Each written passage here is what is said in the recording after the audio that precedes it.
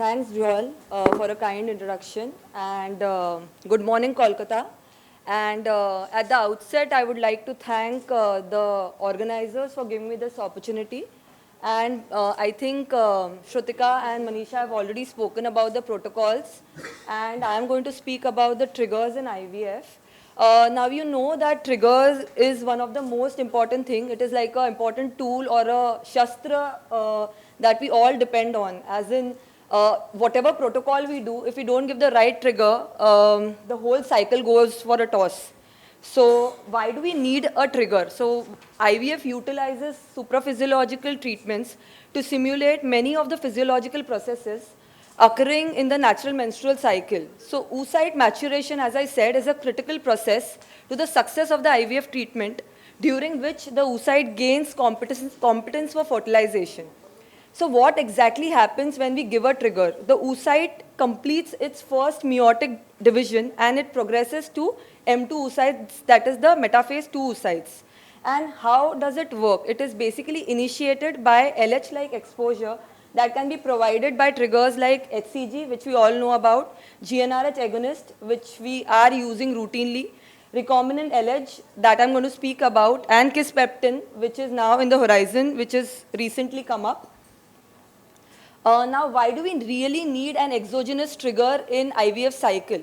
That is because the natural pre-ovulatory LH surge is inconsistent. The metaphase 2 oocytes that we have, it has a very short lifespan. And hence, the trigger for ovulation is required not only to time intercourse or intrauterine insemination. Or the most important thing is that whenever we are planning IVF, we have to plan when we have to plan the egg collection. So what are the available options? As I said, we have HCG, GnRH agonist, recombinant LH, and kisspeptin. These triggers basically act at different levels. So basically, kisspeptin acts at the level of the hypothalamus. The GnRH agonist acts at the level of the anterior pituitary. HCG acts at the level of the ovary. How these triggers work is basically GnRH has a very short half-life. It has a steep rise and a steep fall. If you see the natural LH surge, it goes over a period of 36 to 48 hours. Why this chart or this graph is important is because the whole mechanism of triggers works on this. And HCG, if you see, has a long half-life. So HCG has a half-life of around 24 hours and the action, the lutotrophic action lasts for around 6 days. So it is as I said, HCG has been a surrogate trigger. It has been, it's basically action is similar to LH. It has been used over a period of 45 years. So both of them bind to the same receptor, that is the LH-HCG receptor. And this was a paper which was conducted which said that recombinant HCG is better. It is because it has more mature oocytes. It gives a higher luteal progesterone, better injection tolerance. Why is that so? Is because the batch-to-batch variability is much lesser when you give recombinant HCG, and maybe because it is packed in a different way, you can give it in a subcutaneous form. So that's why they said it is working better in this paper. But if you see in this paper, the next paper by Human Reproduction, it was found that there is no evidence of difference in the clinical outcomes or live birth rates or ongoing pregnancy rates, miscarriage rates or OHSS if you give recombinant or urinary gonadotropins for induction of final oocyte maturation. In fact, the same conclusion was drawn by the Cochrane review in 2011. Now, what are the main problems? So, we were very happy for the last 45 years, we were using HCG trigger. Now, what exactly was the problem? The reason being that there is no FSH surge and it has a very long half-life. So this was a very interesting paper. This is an old paper in 2011. They said that if you add, because there's no FSH surge, they said if you can add a bolus of FSH 450 at the time of HCG trigger, it kind of improves the oocyte recovery and the fertilization rate. In fact, in 2021 also, there was a paper on the same thing and they said that the fertilization rate and the recovery rate is better.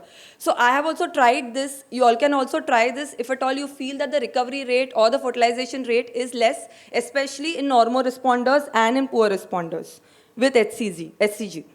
So why a need of ovulation, new ovulation trigger is, as I said, the main difference between LH and HCG is its prolonged half-life.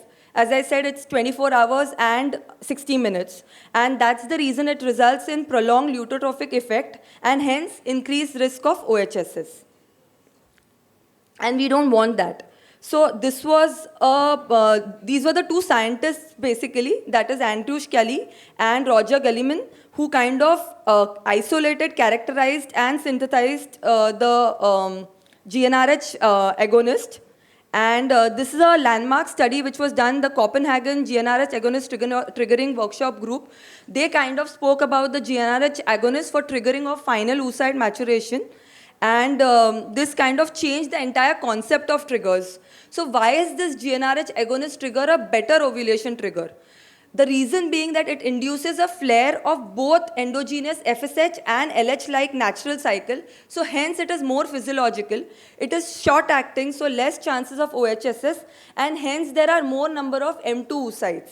As you can see, it kind of increases the levels of FSH as well. So it is more physiological. It promotes the LH receptor formation or granulosa cells. It promotes the resumption of oocyte meiosis and cumulus expansion. This was one more interesting study which was done, which again said that GnRH agonist for triggering final oocyte maturation in GnRH antagonist cycle is much better. So 3 of these studies were done by Humaydin, and there were 3 RCTs which were conducted.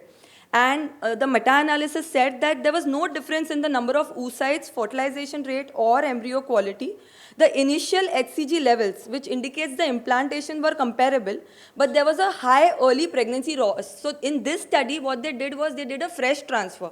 But because in a GnRH group, the lutotrophic effect is there, the pregnancy loss was much higher, or the miscarriages rate were much higher. That's why whenever you give an agonist trigger, we prefer to do a frozen embryo transfer. Hence, in the FET cycles, the pregnancy rates were comparable.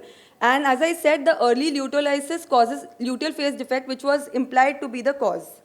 So hence, this luteal phase rescue was kind of given to the patient. Various protocols were given. Humaydin said that you can give it, you can give 1500 IU of HCG 34 hours after the GnRH agonist trigger.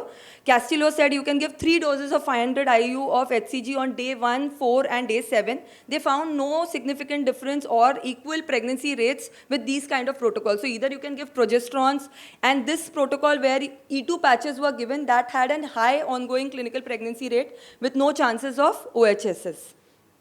So now, as I said, agonist trigger has a short half-life, hence causes premature luteolysis resulting in luteal phase deficiency. The mid-luteal phase, which is 1.5 post-agonist trigger, normally it is around 6. That is the reason whenever you are planning a fresh transfer, when you give an agonist trigger, you have to give a luteal phase support. And hence, there are low pregnancy rates and high miscarriage rates. So as I said, based on the number of follicles that you retrieve, if there are less than 14 follicles, you can give 1500 IU of HCG at the time of OPU and 1000 at the time of later on. And if there are around 15 to 25 follicles, according to me, it's better to freeze them. More than 25, definitely there is no other scope and it's best to freeze. But then they have kind of, if you don't have a choice, when you're planning a batch, in that case, you can always support it with HCG. Now, this is very important. I don't know how many of you all kind of do a blood test post the triggers. So especially a lot of patients come with empty follicle syndrome, not because you have given the trigger, or the problem is that lot of time it is human error which kind of causes empty follicle. So what I routinely do in my practice is that whenever I give a GnRH agonist trigger, if you compare agonist trigger and HCG trigger, the chances of empty follicle is much higher when you give an agonist trigger. So what we routinely do is that the next day, that is 12 to 14 hours post the trigger, we do the LH levels, and if it is more than 15 IU, generally the quality of the oocytes and the is much better compared to the levels when you have lesser than 15. So if you feel that the number of value is less than 15, that means that the trigger has not acted and you can actually re-trigger the patient. That is a very important thing.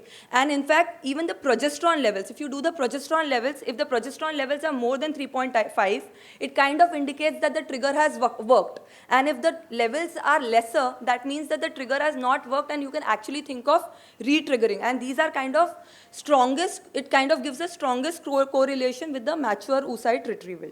So how do you kind of improve the outcome with a GnRH agonist trigger? It's not just that you give any GnRH agonist trigger. The most potent is the decapeptyl trigger. The accurate dose, there are various studies which compare whether you have to give 0.2 or 0.3. So the accurate trigger with the best dose is around 0.2. But if it is a PCOS patients, the weight, the BMI is more, then they recommend a dose of around 0.3. You should avoid a multi-dose vial if you are giving a Lupride because there is aliquot, so it might not be a proper dose, so it's around 1 milligram. It is better to call the patient after 12 to 14 hours to do a blood test, that is LH and P4, which we routinely do.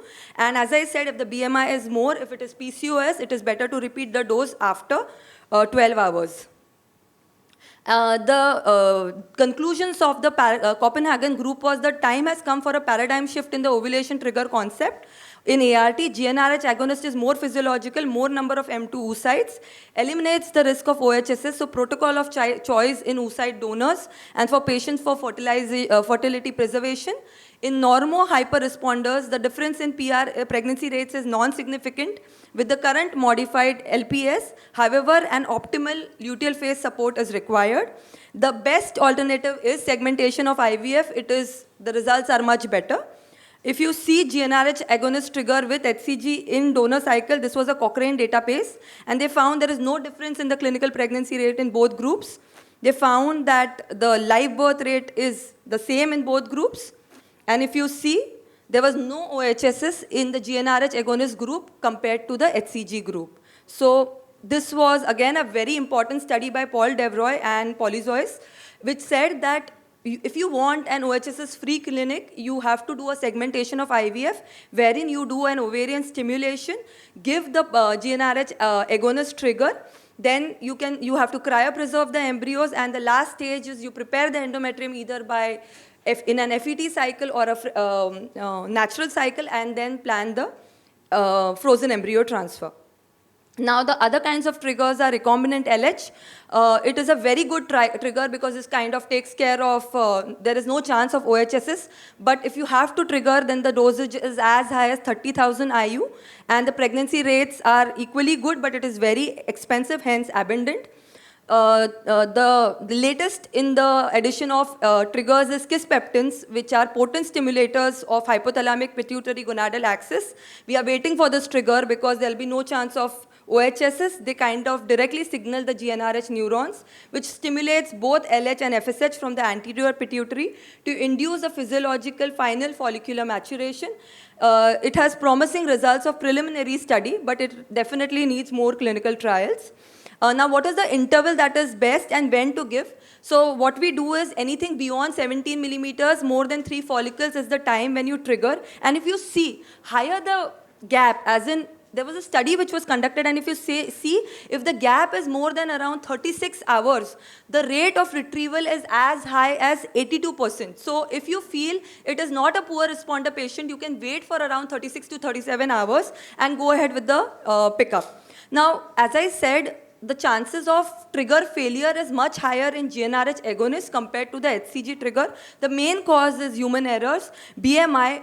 In clinical practice, what I have seen is long duration of OC pills, or if the patient has taken a GnRH depot in the past. So make sure that if the patient has taken a depot in the past, don't give her an agonist trigger.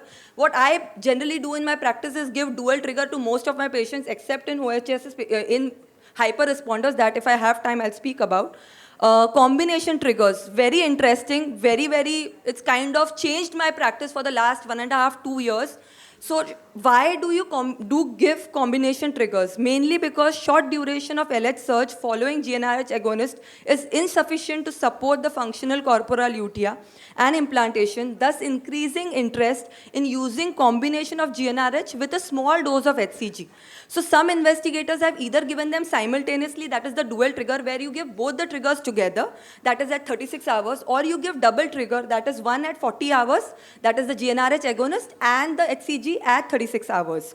Now, what are the indications of dual or double trigger?